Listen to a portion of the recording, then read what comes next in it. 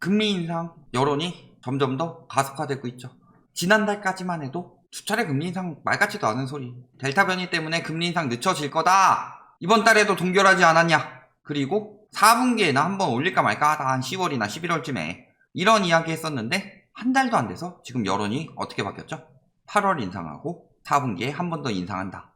미국 테이퍼링 당겨지고 있죠. 그 다음에 이미 신흥국들은 기준금리를 4% 올린 나라도 있다. 그런데 기준금리 0.25% 한 번 올릴 것처럼 자꾸 조장하는 기사들.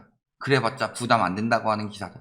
그런 식으로 이야기하고 있는데 그러면서 맨날 2030들 비트해라 영끌해라. 자, 2030은요 4050에 비해서 근로소득이 적습니다.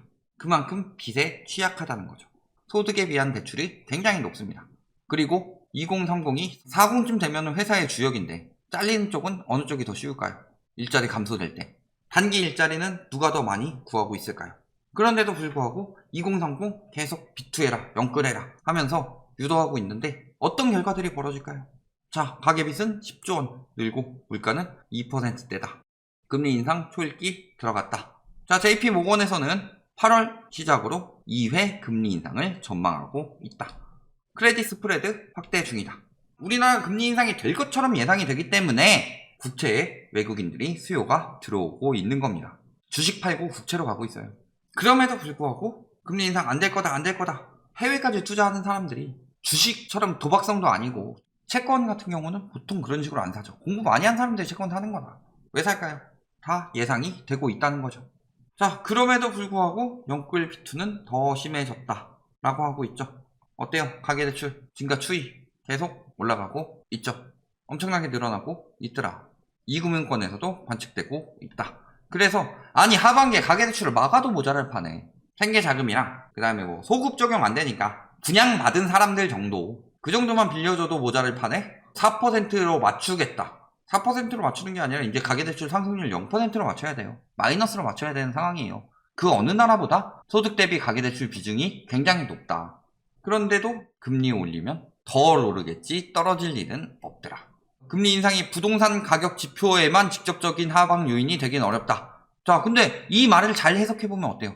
주식, 가상자산, 부동산 다양한 분야로 유동성이 흘러갔기 때문에 다양한 분야에 영향을 주는 거지 부동산만 영향을 주는 것이 아니다. 이 말이 맞죠. 거기다가 경기회복세가 아닌 원자재 등 물가 상승 압력에 대응하는 차원인데 영향이 제한된다. 이 사람 되게 예전에 하락 이야기하더니 이번에 굉장히 이상한 얘기하고 있어요.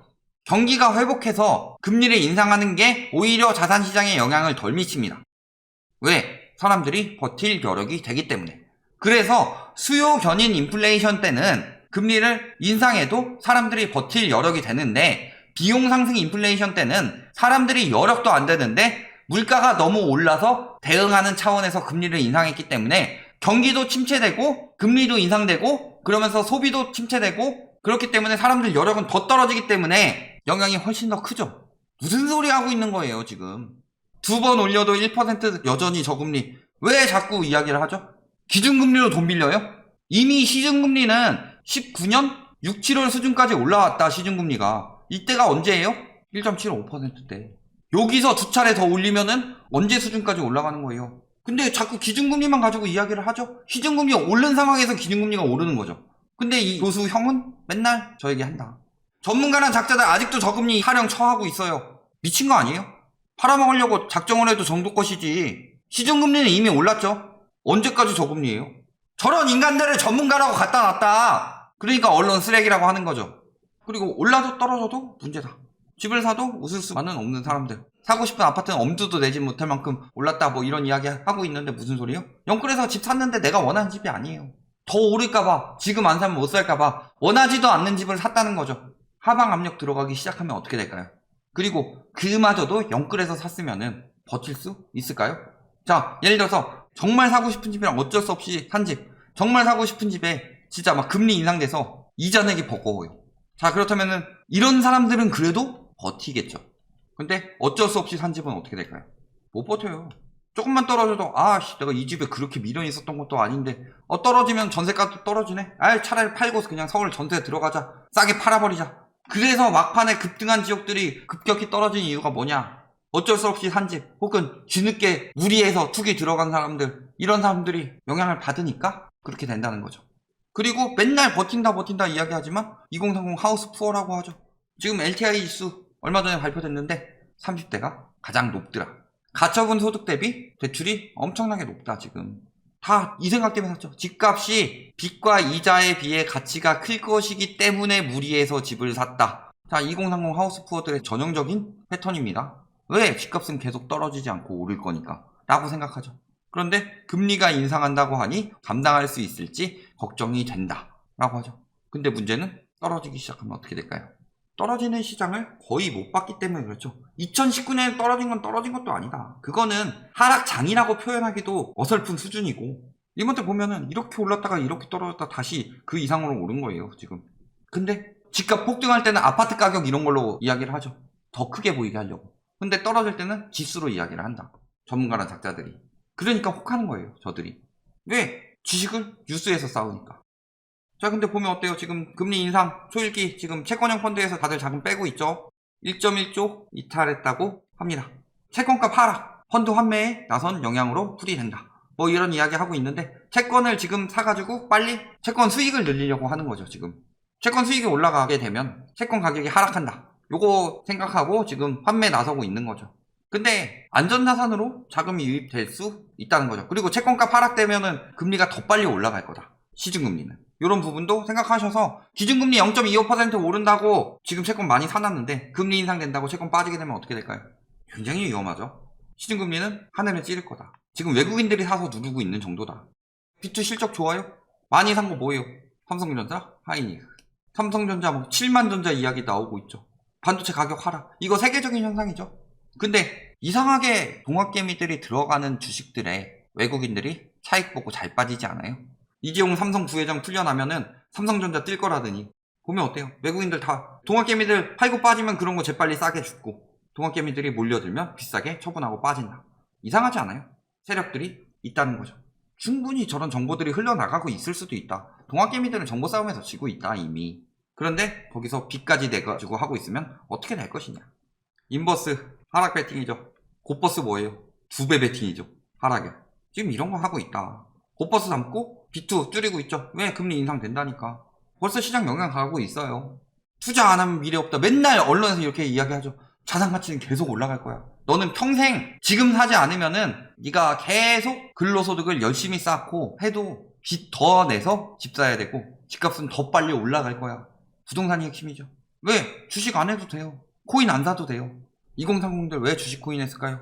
물론 욕심이 있어서 한 사람들도 있겠죠. 파이어족이라느니 뭐. 근데 핵심은 뭐예요? 내 집 마련하고 결혼해서 애 낳고 이 정도의 평범한 삶을 살고 싶은데 내가 지금 버는 돈으로 절대 집을 못 사겠네. 그래서 30년, 40년씩 인생을 저당 잡히면서 무리해서 집을 사는 거고, 아니면 주식이나 코인 해가지고 크게 벌어서 그걸로 내 집 마련해야지. 이런 사람들이 태반이다. 집값이 계속 올라간다고 부추기니까. 근데 집값 계속 올라가는 그런 시장은 없어요. 물론 장기적 우상향이라고 해서 100% 부정하는 건 아닙니다. 화폐 가치가 떨어짐에 따라서 올라가는 정도가 있을 수는 있죠. 그런데 화폐 가치 하락에 비해서 집값 상승이 너무 과도하지 않냐. 특히 화폐 가치 하락이라고 이야기를 하지만 식당에서 공깃밥은 아직도 1,000원이에요. 그리고 집값이 아니라 월급을 봐야죠. 가처분 소득이 얼마나 늘어나느냐, 이걸 봐야죠. 왜? 결국 집은 누가 사요? 가게에서 사니까. 외국이랑 다르게 우리나라는 부동산 투기의 주체는 가게죠. 그러니까 가계대출 제외하고 가계 유동성이 거의 늘어나지 않는 상황에서 집값은 폭등한다는 게 말이 되냐. 그런데 집값은 계속 폭등할 것처럼 25년쯤에는 한 100억 찍겠네요. 강남 아파트들. 수도권 한 20억 찍고 한 서울 아파트는 한 30억 찍겠죠. 연봉 3,600 받기도 힘든데. 조금만 상식적으로 생각해봐도 말이 안 되는 상황인데 매번 저렇게 이야기하고. 중국인들이 산다. 강남 아파트 가진 사람들은 절대 안 내놓을 거다. 계속 이런 식으로 이야기를 하니 마음이 급할 수밖에 없죠. 아닌 걸 알면서도. 부동산 거품 붕괴 때 끔찍해진다. 지금 다 이거예요. 손실을 입을 수도 있지만 나만 뒤처지는 분위기라 맨날 벼락거지니 뭐니 조장하니까. 그런데 보면은 다 자산시장 거품이 뭘로 증가했다는 걸 알 수 있어요? 가계부채. 이번에 또 9조 7천억 늘었대요. 가계대출은 9조 7천억 늘었는데 상승세가 예전만 한가요? 아니죠. 주식 멈췄죠? 코인 요즘에 조금 다시 오른다고 하는데 이거는 뭐 우리나라 한정적으로 이야기할 수 없는 부분이고, 이것도 한계 있어요. 유동성 축소 장세로 들어가는데. 그 다음에 부동산. 예전에 비해서 상승세 많이 멈췄죠. 거래량도 많이 줄고. 그런데 가계 대출만 폭증하고 있다. 한계라는 거예요, 한계. 30대 LTI 지금 266.9입니다. 특히 어느 나이 때보다 심하죠. 2030 비투라고 하는데 30 이상이 보통 집을 사니까 이들이 심하죠. 가장 먼저 무너질 수 있다는 거죠. 자, 5대 금융사 이자 수익 사상 최대, 증권사 단기 순이익 최고.